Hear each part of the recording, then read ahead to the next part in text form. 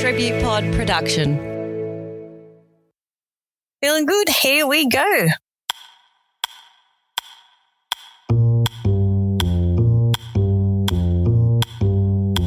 Open secret.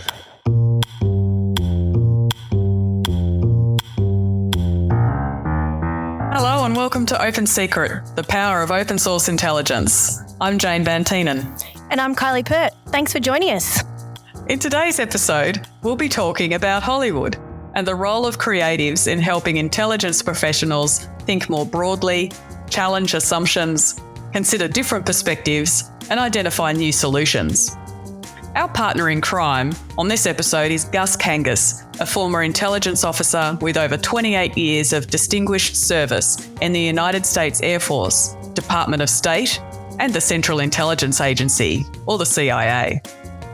Gus is a man who is just as comfortable performing in front of the camera or on stage as he is working an undercover mission, and he has found a perfect role for himself. Now working for a company called R&L Leaders, Gus pioneers strategic partnerships between the entertainment industry and intelligence community to enhance national security outcomes. Gus takes Kylie and I on a creative and fun conversation as we explore how to tell the OSINT story in a way that promotes OSINT in the minds of the public and encourages greater integration of OSINT within the national security communities around the world, alongside the more traditional or established intelligence methodologies.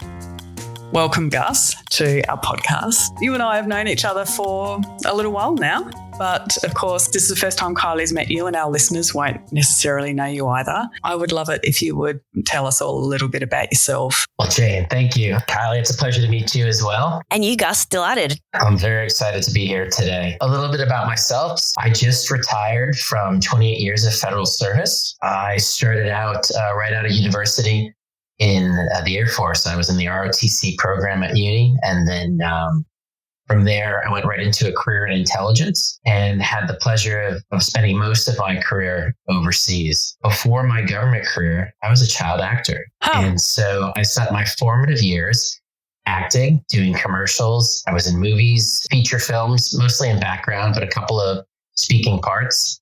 And then got the opportunity to perform on Broadway. Wow. That's pretty cool. Yeah. Love me a musical. And thought that I might actually spend a career in the entertainment industry, only to then, as I mentioned, I found myself joining the Air Force, and then my career went in a very different direction. Very different. Yeah, with international relations and in intelligence, working for the Central Intelligence Agency. So not so different then, really. One would imagine that I've probably been acting my entire life. Yeah. In one way or another, just not necessarily always getting the credit for the roles. It's a bad joke. It's a bad joke. Exactly.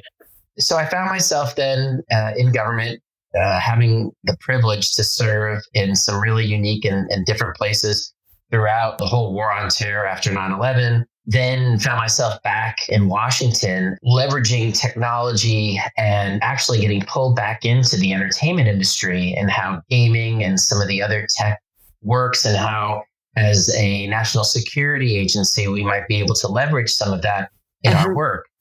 And interestingly enough, I found that as I was retiring from government, I realized that there was an opportunity to continue to serve, but also my other passion of being with the entertainment industry embarked on a journey with a company that allows me to now be at that nexus between the entertainment industry and national security, and leveraging all of the creativity and the innovation and the imagination that you get with award-winning entertainment industry professionals, being able to leverage all of that to bring into national security some of those ideas, some of that divergent thought, some of those out-of-the-box ways of thinking about wicked hard problems that we have to solve every day. And so I'm fortunate that I still get to keep a foot in both worlds. What a journey.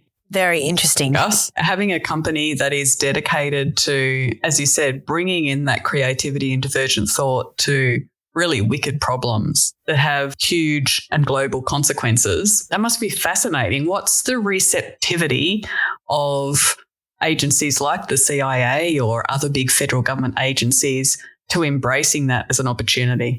It's always going to come down to individuals, leaders, people who can recognize and appreciate what divergent thought can bring to the table, those are the people who will be the advocates for it, the champions for it, and hopefully in positions always where they can then have a greater influence on people who would benefit most from it. Because every good movie or every good story has an origin story. So the company I'm talking about, it's RL Leaders, and its origin story finds itself in the days after 9/11. There was a question of, what else might we be missing? Because the planes going into the towers, for some people, was a scene out of a movie. There was a group of creatives on the West Coast that were affiliated with the University of Southern California's Institute for Creative Technology. They were reached out to, and the question was, can you leverage your creative network to help us imagine what other things might be happening or could happen to us that we need to prepare for? And so a group of directors and producers, showrunners, actors came together and they wrote a white paper on some of these ideas that could happen. It made its way to Director Tennant's desk at the time, CIA, and he said, I need to see these people immediately. And so they flew out to Washington and they met with him for about 3.5 hours. And at the end of that discussion, he said, my analysts are some of the best in the world. They have the best tradecraft. They don't think like this, and they need to. And so that's really what started the journey towards trying to bring more creativity like that into government spaces. And it started with the agency. It started with bringing creativity to analytic tradecraft. But certainly over the last 20 plus years, it's grown in so many different ways that you can imagine, where we do need to think outside the box, where we do need to reimagine what the problems are so that we can reimagine what the solutions could be.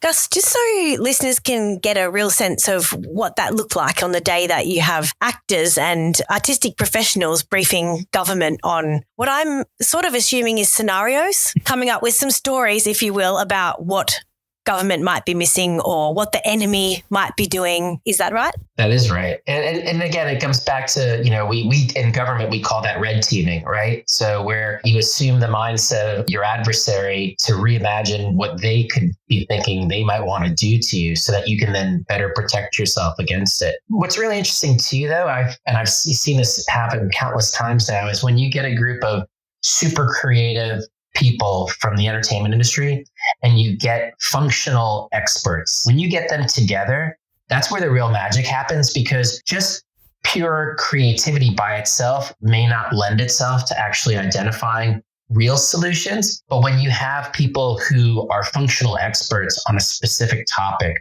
or a specific region or a specific issue, that's where you then start to really draw on their functional expertise combined with imagination to help them even unlock some solutions that they may have inside them that for whatever reason, they just didn't feel comfortable sharing.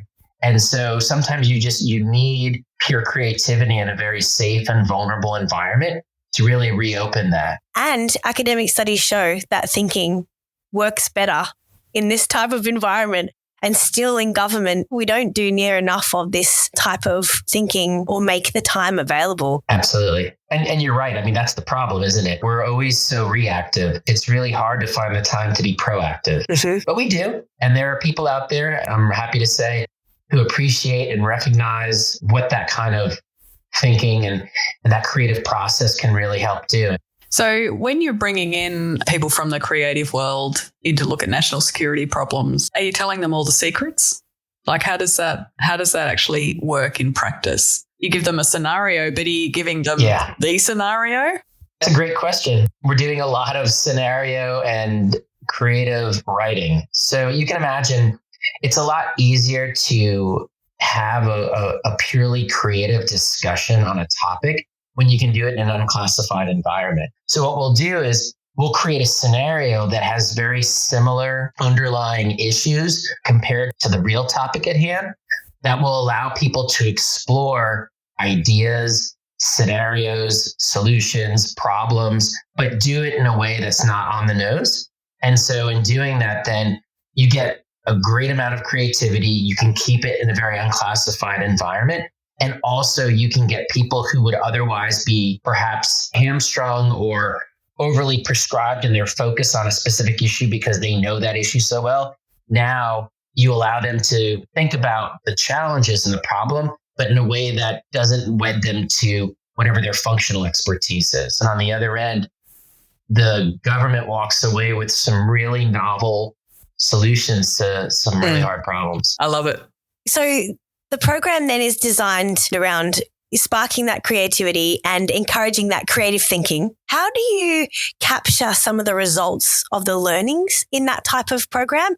So one of the benefits of your network being 500 plus, some of the most creative award-winning storytellers in the world is that they also come with some great ways to help visualize the process and the outcomes. And so obviously it could be as simple as a white paper or some sort of document that will memorialize the process, what was discerned, what was discovered. But then there's also other ways to do it. You can do a storyboard, kind of like a comic book or a graphic novel. And that could be complemented by a quick little 5-minute elevator pitch, or you could even imagine a short sizzle, right? Like a movie trailer where now you've got people's attention. They're sitting there, they're engaged, they're emotionally invested in what they're watching. Well, that's going to leave a much stronger impression and help them understand what you're proposing than if you just gave them a 5-page paper with a schematic or a PowerPoint presentation. How does it deal with the emotion factor? The hardcore intelligence analyst in me is thinking, I'm not allowed to be biased and I'm not allowed to have any emotion here and I've got to be staying separate. And now I'm seeing Kylie in front of the movie theater and I know exactly how I feel and I can hear the music and I'm into it. But I'm also thinking, am I being impressioned by something that I shouldn't be? How do you manage that element? In this case, it's more about what is the story that you're trying to tell? And the story is, and perhaps we realize that in the next 10 to 15 years, communications, I'm going to make up an example. The scenario is great. Yeah. Industry is going to be here, wherever here is. So here we've identified a couple of potential solutions. Well, I could write a paper on that and I can defend that paper steeped in technology and steeped in an understanding of the trends and the forecasting of where that's headed. But will it get the attention of the people that need to make a decision who also are having to make decisions on 20 or 30 other things? And so in this day and age now, more than ever, people want things, they want it quick. They have very short attention spans. And especially when you're looking at national security and all of the issues that we're faced with, whatever it is that you're going to tell someone that's going to help them, if you can do it quickly, and if it can be something that they're going to understand, then they'll be able to make decisions off of it. So then now you're doing them a service. It's using the right product or delivery to get the information across to the decision maker. So essentially it's just another product template, but it's a little bit more exciting and fun and creative. There's a bit of psychology behind it too, isn't there? You know? There is just so many more options available, and you're absolutely right. It's almost an a la carte kind of thing where you're going, okay, well, what's the complexity of this problem? How deep do the stories, the myths run on a particular issue? What do we need to debunk? What do we need to sort of show from a different perspective and offer different kinds of solutions or angles to approach a particular problem? Gus, from everything that you've just said, what can we learn from Hollywood to tell the open source intelligence value in a stronger and a more compelling way to the traditional intelligence community, let's say, that would actually not just result in an increasing appreciation of the value of open sources, but actually create a watershed moment?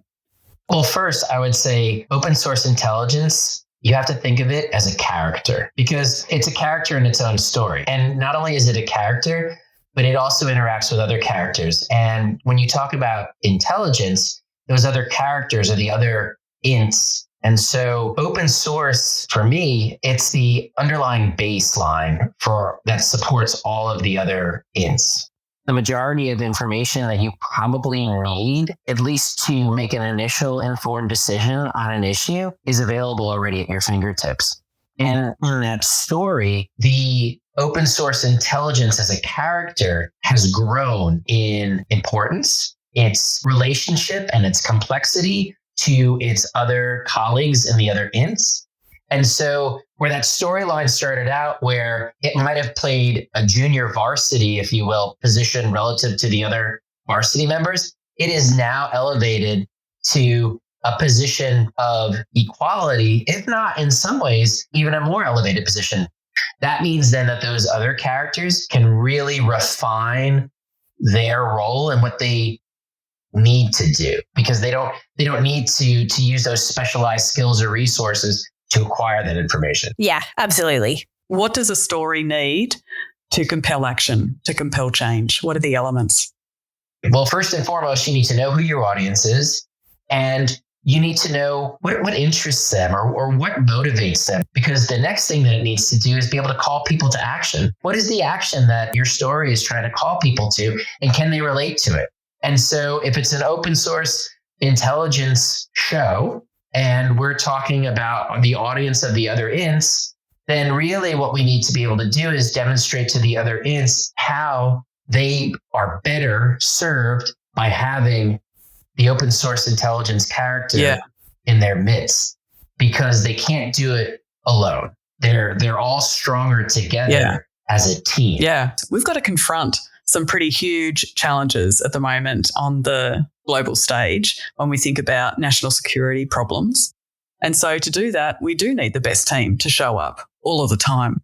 Yeah. When you've got the right team assembled to take that whole picture to provide either a policymaker or whomever it is, or to be able to identify where they do need to provide information to the warfighter, that's where that magic happens. Collectively, collaboratively together. It's like the Avengers, right? Sure, you've got Thor and you've got the Hulk, but just one by themselves, they might have their star moment, but it's when they're a team and where they're working together and they're relying on each other's strengths to overcome the collective weakness to be able to save the day. And that, to me, is the story to be told about open source intelligence. I'm sold.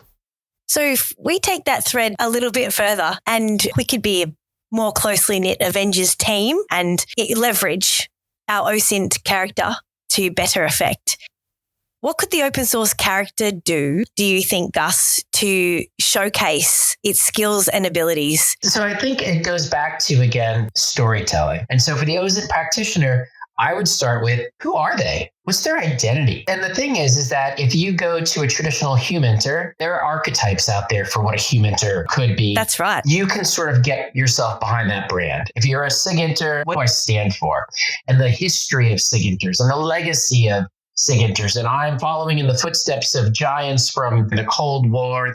So each of the other ints has either an archetypal story or character behind them. For open source intelligence, you really have to come down to identifying what are the key things that they are, that they do, that they bring value added to, that makes them so critically important to that Avenger team, that without them, the team would not succeed. I've really got this Avengers character in my mind now, and I'm reflecting what sort of characteristics an OSINTer would need to contribute to the Avenger team. There's a whole lot wrapped up in OSINT that's to do with analytical tradecraft if we want to do it exceptionally well that you can't miss out. It's always glossed over because that superpower is not sexy. It really is a challenge, I think, for OSINT because it is all source in nature. So therefore it is different and apart from the other ints in that respect. So it has something else to offer as a character, but I still wonder if it's actually offering that yet because it's the part that's mostly underdone.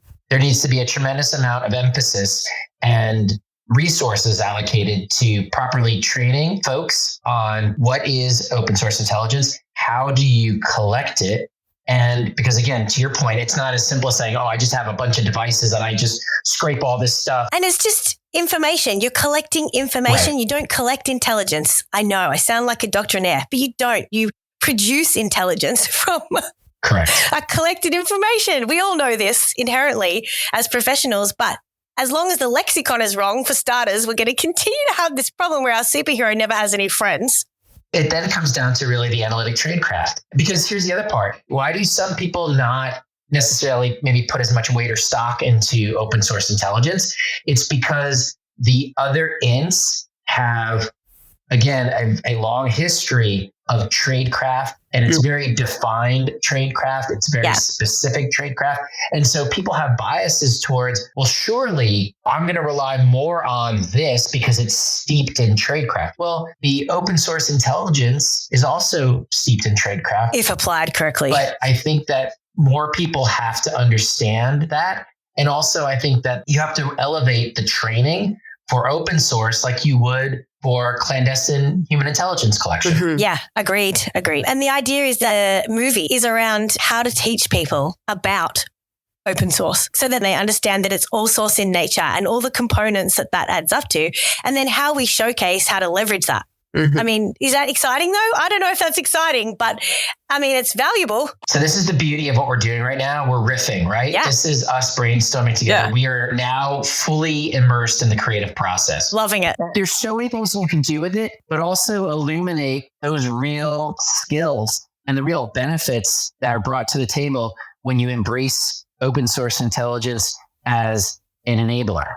Whose responsibility is it to tell the story? If we want OSINT to be used more as a team amongst the other ints, if we want OSINT to be consumed more by decision makers, whose responsibility is it to tell the story? I would say that the responsibility lies both in government and private partnership, because it's not just one entity's responsibility. I think of all the ints, the one that relies the most on that private government partnership, it would be open source. Which reinforces our Avengers theme. It does. Because teamwork makes the dream work. I was going to say it too, but I didn't.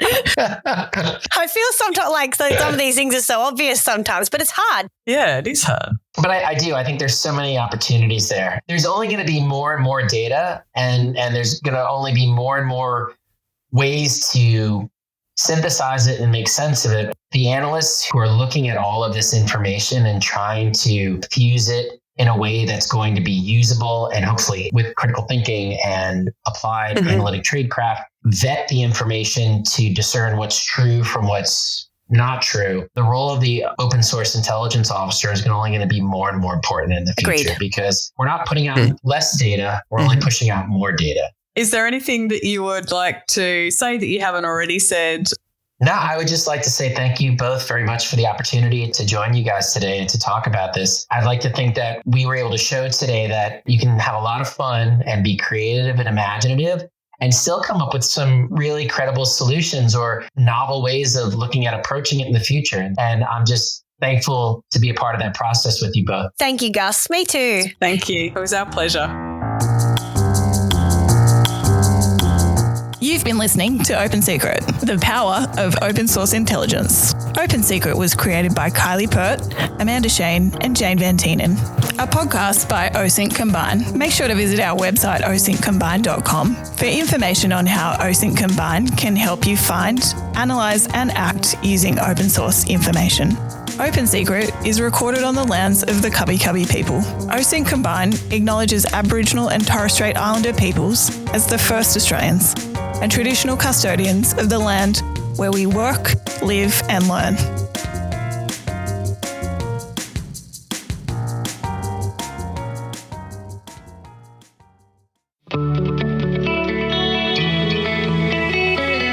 A TributePod production.